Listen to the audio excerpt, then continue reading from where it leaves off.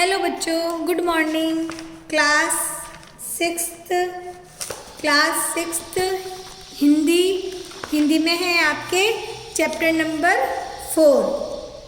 ठीक है, chapter number 4। इस चैप्टर का नेम है आपके खेलों का महत्व।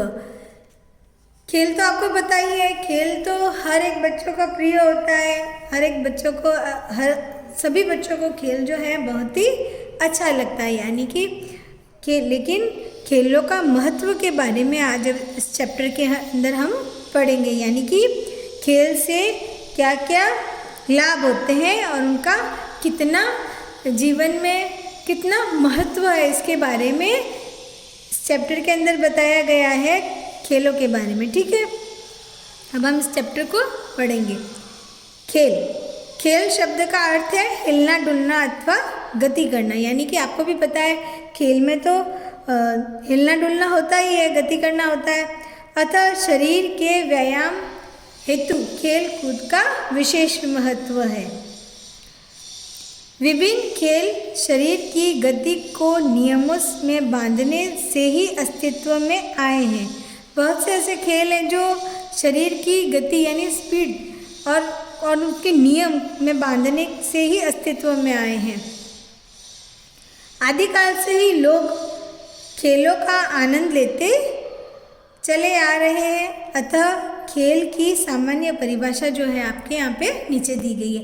आदिकाल यानी प्राचीन काल से ही, यानी कि बहुत ही टाइम पहले से ही खेल जो है लोग खेलों का आनंद लेते हैं। यह आदिकाल से ही चला आ रहा है, यानी कि प्राचीन काल से ही चला आ रहा है।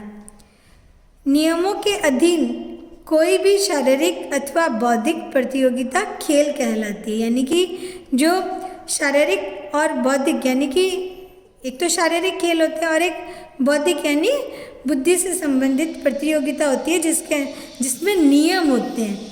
जिस भी खेल में नियम होते हैं वह प्रतियोगिता खेल कहलाती है, चाहे वह खेल शारीरिक हो या फिर बौद्धिक, यानी कि बुद्धि से संबंधित हो, बुद्धि का या बुद्धि से संबंधित। ठीक है, अधिकतर खेलों के लिए 2 अथवा 2 से अधिक खिलाड़ियों की आवश्यकता होती है। यानी कि बहुत से ऐसे खेल हैं जिसमें 2 या 2 से अधिक 2 या 2 से ज़्यादा खिलाड़ी की आवश्यकता होती है। तो आपको भी पता है जब खेल खेलोगे, अकेले खेल में बहुत ही कम ऐसे खेल होते हैं जिसमें अकेले खेला जा सकता है, लेकिन ज़्यादा से ज़्यादा आनंद तो अधिक खिलाड़ी होते हैं तभी आता है। खेलों को निम्नलिखित मुख्य 2 वर्गों में बांटा जा सकता है। यानी कि खेलों को यहाँ पे बताया गया है, खेलों को 2 भागों में बांटा जा सकता है। एक तो अकेले खेले जाने वाला खेल और दूसरा है टीम के रूप में खेले जाने वाला खेल। अकेले खेले जाने वाला खेल भी होते हैं, बट वह अपने जगह पर है, लेकिन जब टीम के रूप में खेले जाने वाले खेल है वह भी अपनी जगह पे है। इसमें 2 टीम होती है। इसके अतिरिक्त बच्चों के अनेक खेल हैं, यानी कि और भी बहुत सारे खेल हैं जो इनमें से किसी भी वर्ग में नहीं आते हैं। और ऐसे खेल है ना तो वह अकेले खेल में आते हैं, ना ही वह टीम वाले खेल में आते हैं, वह बिल्कुल अलग ही है।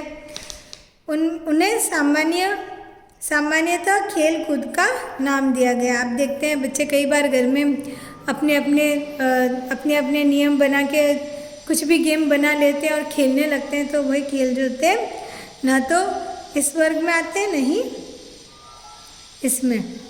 खेल कूद का वह सामान्य खेल कूद खेलते रहते हैं, कूदते रहते हैं, तो उनको खेल कूद का नाम दिया गया है।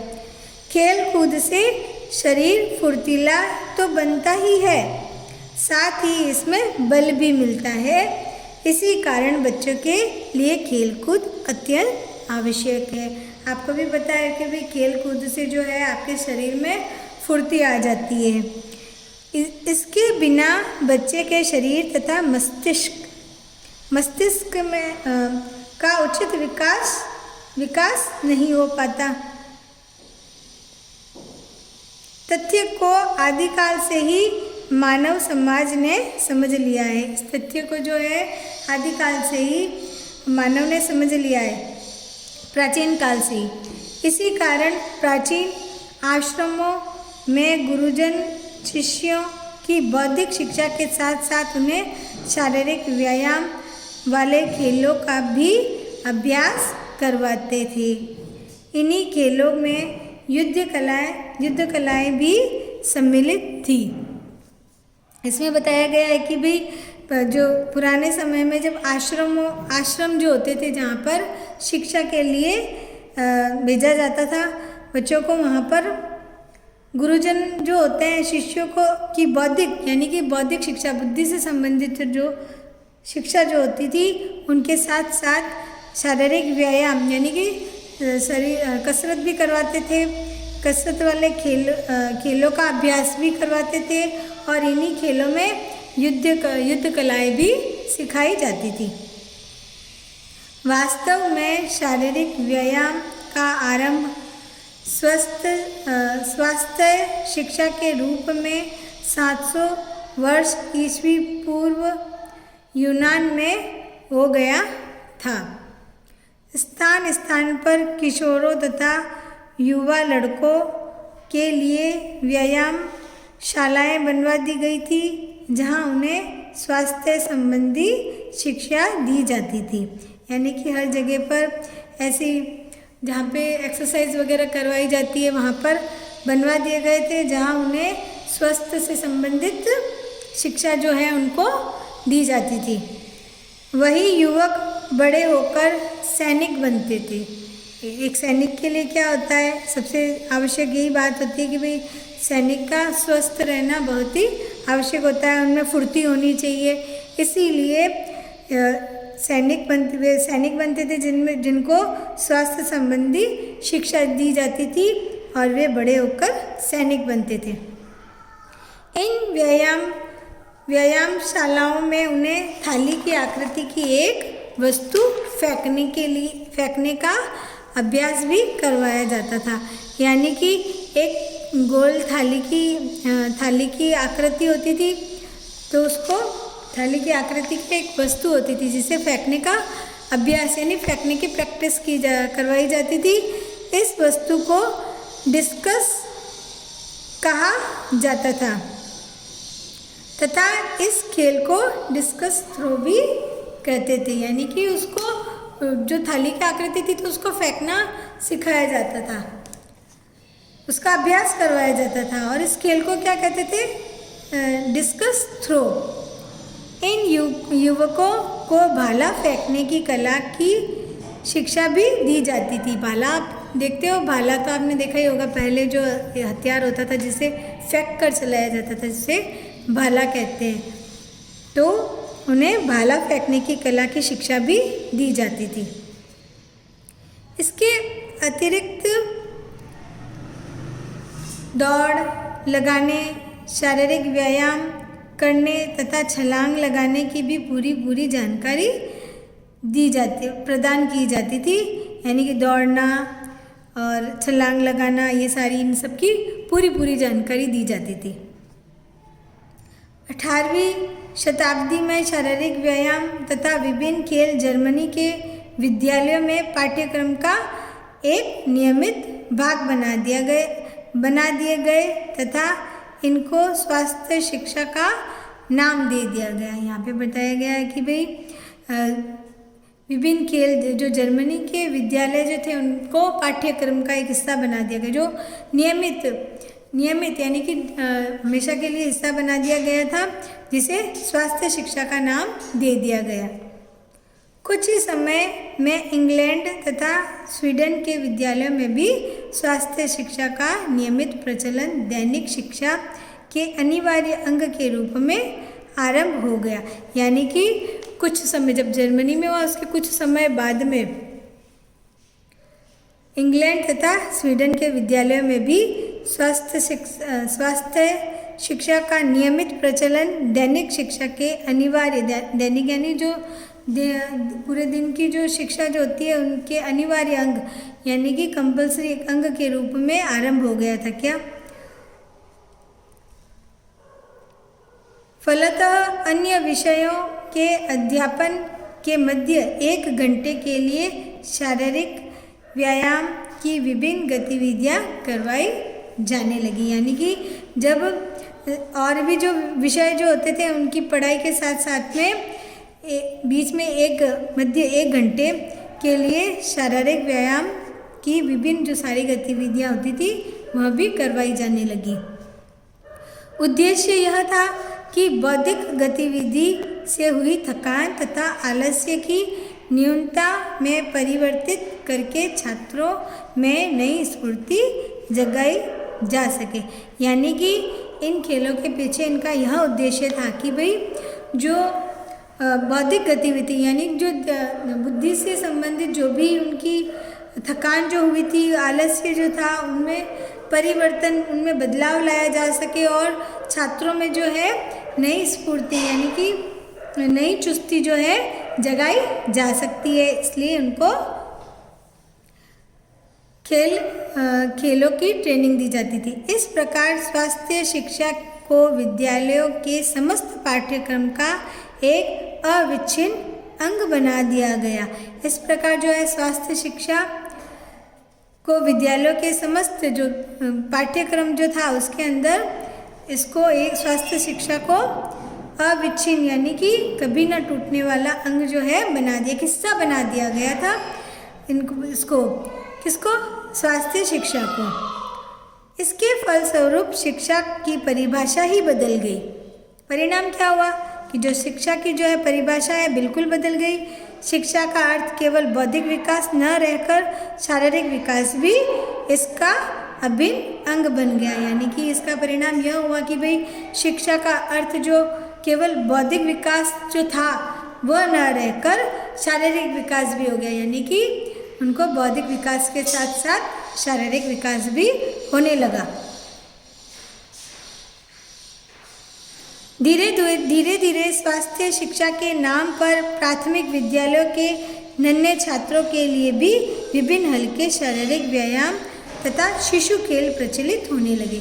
धीरे धीरे क्या हुआ, स्वास्थ्य शिक्षा के नाम पर जो प्राथमिक विद्यालय जो है कि उनके छोटे बच्चे जो थे, छोटे छात्र जो होते हैं उनके लिए भी हल्के फुल्के शारीरिक व्यायाम जो होते हैं, कसरत, छोटे छोटे जो कसरत जो बच्चे कर सकते थे उनके लिए शिशु खेल प्रचलित हो गए। इससे शिक्षा का रुचिकर जो हो जाना स्वाभाविक था। यानी कि जो शिक्षा जो थी उनमें बच्चे जो हैं इंटरेस्ट लेने लगे, रुचिकर बन गया उनके लिए स्कूल जाना। उसमें जो व्यायाम जो होता था उनमें बच्चे हिस्सा लेते थे, छोटे बच्चे, तो उनमें पढ़ाई में भी रुचि होने लगी। साथ ही शिशुओं की गतिपरक कुशलताओं में भी सुधार होने लगा। प्राथमिक विद्यालयों के छात्रों के माध्यमिक कक्षाओं में आने पर उनके लिए विभिन्न शारीरिक गतिविधियों, टीम खेलों, आमोद प्रमोद कार्यक्रम और रचनात्मक कार्यों का अभ्यास भी प्रचलित हो गया। यानी कि जब बच्चे प्राथमिक विद्यालयों के जो छात्र जो थे, छात्रों के माध्यमिक कक्षाओं में जब वे आ गए तो उनके लिए विभिन्न शारीरिक गतिविधियाँ, आमोद प्रमोद यानी कि मनोरंजन के कार्यक्रम, रचनात्मक गतिविधियाँ जो होती थी वह ये सारी प्रचलित हो गई। अभ्यास भी प्रचलित होने लगा ज़्यादा से ज़्यादा फलतः, जिसमें वे दौड़, छलांग, संतुलन तथा फेंकने वाले खेलों में अद्भुत कारनामे दिखाने लगे। जो छात्र भी जो है इंटरेस्ट लेने लगे और अपने अपने कारनामे जो है दिखाने लगे। उनके शारीरिक बल, लचक तथा प्रतिभा उभर कर सामने आने लगी। यानी कि बच्चों में जो प्रतिभा थी शारीरिक संबंधी वह सामने आने लगी। किसके माध्यम से? यह जो गतिविधियाँ जो थी, शारीरिक गतिविधियाँ जो करवाई जाने लगी, उनसे जो क्या हुआ कि प्रतिभा जो उभर कर सामने आई, शारीरिक प्रतिभा बच्चों की वो सामने आने लगी। इसके परिणाम स्वरूप वे बड़े बड़े खेलों में भी भाग लेने में समर्थ हो गए। इसका ये परिणाम निकला कि भाई जो और भी जो खेल थे बड़े बड़े उनमें वे हिस्सा लेने लगे। आयु में और बड़े हो जाने पर विद्यार्थियों को बड़े बड़े खेलों की उपांगिक गतिविधियों, उपांगिक यानी कि छोटे छोटे अंग जो होते हैं खेलों के गतिविधियों की शिक्षा दी जाने लगी, जैसे फुटबॉल के किक लगाने, वॉलीबॉल के लिए पास देने, छोटी दूरी की दौड़ तथा लंबी और ऊंची छलांग आदि। ये जो सारे जो है फुटबॉल, वॉलीबॉल, छोटी दूरी की दौड़, लंबी, ये सब इनकी भी शिक्षा दी जाने लगी। किशोरावस्था के अंतिम वर्षों की और पहुंचने के समय तक विद्यार्थी स्वयं बड़े बड़े खेलों में भाग लेने के योग्य होने लगे। यानी कि जब किशोरावस्था के अंतिम वर्ष के बाद में जब वे पहुंचने लगे, तब वे खुद ही बड़े बड़े खेलों में हिस्सा लेने लगे तथा नियमों का पालन करते हुए खेल को जीतने की रणनीतियों की खोज करना उनके लिए सर्वथा संभव तथा सुगम हो गया। यानी कि उनके लिए आसान हो गया। यानी कि जो खेल के जो नियम जो होते हैं उनका पालन करते हुए और खेल को जीतने की जो रणनीति होती है, रणनीतियों की खोज करना उनके लिए बहुत ही आसान हो गया। इसके बाद में आपके पेज नंबर 21 पर है। ये देखो यहाँ पे छोटे छोटे बच्चे दिखाई दे रहे हैं आपको, यहाँ पर भी है। ये चैप्टर खेल के ऊपर ही है, तो आपको भी थोड़ा, वैसे तो आप खेलते ही हैं, लेकिन आपको नियम का पालन भी करना, खेल में जो भी नियम होते हैं उनका भी पालन करना बहुत ही ज़रूरी है।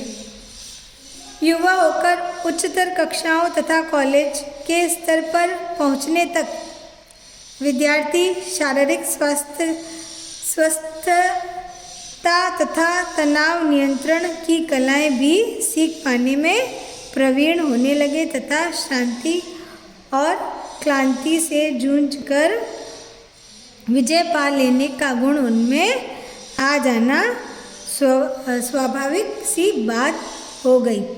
यहाँ पे बताया गया कि भाई जब युवा होकर उच्चतर, यानी कि जब वे बड़े होते हैं और बड़ी कक्षाओं में तथा कॉलेज के स्तर पर पहुँचने तक विद्यार्थी जो है स्वस्थता तथा तनाव नियंत्रण की कलाएं जो होती है, जिसमें तनाव, जो शरीर में जो तनाव जो होता है, तो उसमें नियंत्रण कर सकने की जो कलाएं होती है वे भी सीख पाने में प्रवीण हो गए, यानी कि दक्ष हो गए उसमें भी। तथा शांति और क्लांति, ये जो दो वर्ड आए हैं, इनका अर्थ होता है, ये बंगला शब्द है और इनका अर्थ जो होता है थकान। तो थकान से जूझकर विजय पा लेने का गुण भी उनमें आ जाना स्वाभाविक सी बात हो गई। ये दोनों, इनका अर्थ होता है थकान। इसके पश्चात किसी प्रशिक्षक के अधीन अभ्यास पाकर किसी भी खेल को चमकना तथा विश्व स्तर पर नाम पैदा करना कोई कठिन समस्या न रही। यानी कि इसके बाद में जो प्रशिक्षक, जो कोच वगैरह जो होते हैं, वे प्रशिक्षक कहलाते हैं, जो आपको ट्रेनिंग देते हैं। तो उनसे अभ्यास पाकर कोई भी खेल हो जो विश्व स्तर पर, यानी कि विश्व लेवल पर नाम पैदा करना कोई भी कठिन समस्या नहीं रही, यानी कि आसान बन जाता था। स्मरण रखें कि हॉकी, फुटबॉल, मल्लयुद्ध, टेनिस, हैंडबॉल, स्केटिंग तथा क्रिकेट आदि खेलों में शिक्षक के अधीन अभ्यास अत्यंत महत्वपूर्ण होता है। यानी कि ये जो खेलों के नाम है, इन खेलों में आपको शिक्षक के अधीन, यानी कि इसमें आपको ट्रेनिंग की आवश्यकता बहुत ही ज़रूरी होती है, अत्यंत महत्वपूर्ण होती है। ट्रेनिंग के बिना यह नहीं हो पाता। आजकल विद्यालय स्तर पर खेलों उत्सवों की अपनी ही महत्ता, यानी कि विद्यालय लेवल पर जो होते हैं, जो टूर्नामेंट्स जो होते हैं, उनके बारे में बताया गया है। एक ही विद्यालय की 2 टीम या किसी क्षेत्र के एकाधिक, यानी एक से अधिक विद्यालयों की आयोजित खेल प्रतियोगिताएं अपने अपने प्रांत के लिए मंजे हुए खिलाड़ी उत्पन्न करती है। यानी कि अपने अपने राज्य के लिए जो बेस्ट जो खिलाड़ी होते हैं उनको चुनती है। प्रांतों के खिलाड़ियों में से राष्ट्रीय, जब वो खिलाड़ी चुने जाते हैं, उनमें से बेस्ट खिलाड़ी जो होते हैं, फिर वो प्रांतों के खिलाड़ियों में से फिर राष्ट्रीय टीम का चयन होता है, यानी कि पहले राज्यों में से खिलाड़ी चुने जाते हैं बेस्ट, फिर उनमें से और चुने जाते हैं जो राष्ट्रीय टीम का चयन किया जाता है। ये टीमें विश्व स्तर की प्रतियोगिताओं में भाग लेती हैं तथा बड़े बड़े कप तथा ट्रॉफियाँ जीतकर अपने अपने देशों का सम्मान बढ़ाती है। ये तो आपको भी पता है, इतनी बात तो। उपयुक्त विवेचन से स्पष्ट हो जाता है कि खेलों का महत्व बौद्धिक सफलताओं से किसी प्रकार कम नहीं है, यानी कि बताया गया है जो खेलों का जो महत्व के बारे में वापस बताया गया है, जो खेलों का जो महत्व है बौद्धिक सफलताओं से कम नहीं है, यानी कि जो बुद्धि संबंधी जो सफलता है उससे खेल का भी महत्व जो है कम नहीं है।